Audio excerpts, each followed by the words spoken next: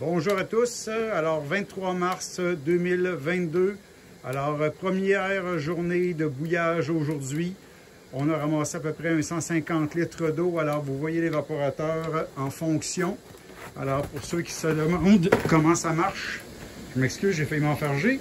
Alors, comment ça marche? Bien évidemment, ça c'est un évaporateur au bois. Alors, je vous présente le feu.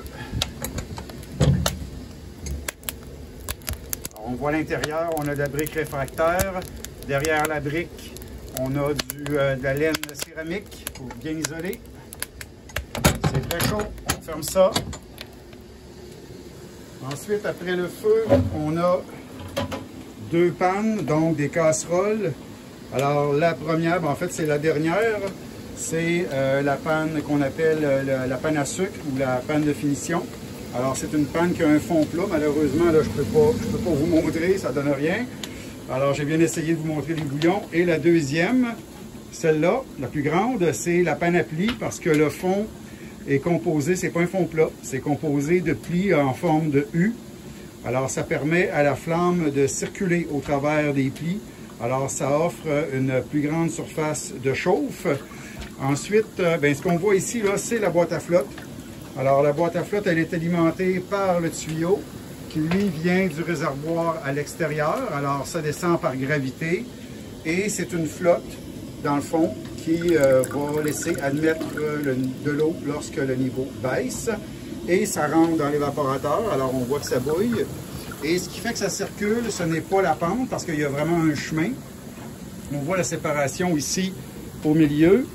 Alors, donc, ce qui fait que ça circule de ce côté-là, puis ensuite en arrière, puis après la panne à sucre, c'est tout simplement le fait que le niveau d'eau en baissant, ça amène un déplacement de l'eau nouvelle vers le fond de l'évaporateur, vers le devant.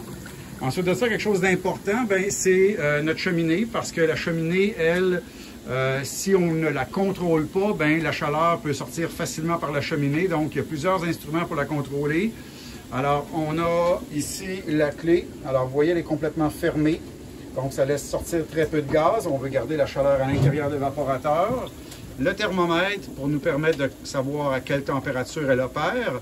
Et finalement, le magnélique, lui, vient nous donner le niveau de succion ou de tir. Là, on est à 12 pascal en ce moment, puis c'est parfait, c'est très stable.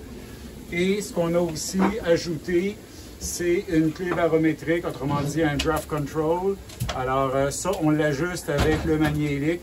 Puis lui, il laisse rentrer de l'air pour empêcher que la cheminée aspire de l'air de l'intérieur de l'évaporateur. Alors, c'est un petit peu ça le fonctionnement. Alors, un petit accessoire qui est utile ici, c'est la valve pour drainer les plis. Alors, ça nous permet de vider complètement la panne quand on veut la sortir en fin de bouillage. Et elle est plus légère de cette façon-là. Et bien, finalement, ici, évidemment, là, on a la sortie. Alors, on a le thermomètre qui nous donne la température. On cherche à atteindre 104 Celsius, qui est notre température où on a terminé, ou presque. En tout cas, on a toujours une finition à faire sur le feu au propane, mais ça nous permet d'arriver très près. Là, on est à 103. Donc, on commence à avoir quelque chose qui ressemble à du sirop. Et puis, bien évidemment, là, c'est par là qu'on sort notre produit presque fini. Alors voilà, j'espère que ça vous a permis de comprendre un petit peu le fonctionnement d'un évaporateur au bois de marque Thor. Alors, c'est un 18 pouces par 54 pouces. C'est un des plus petits modèles qui est disponible sur le marché.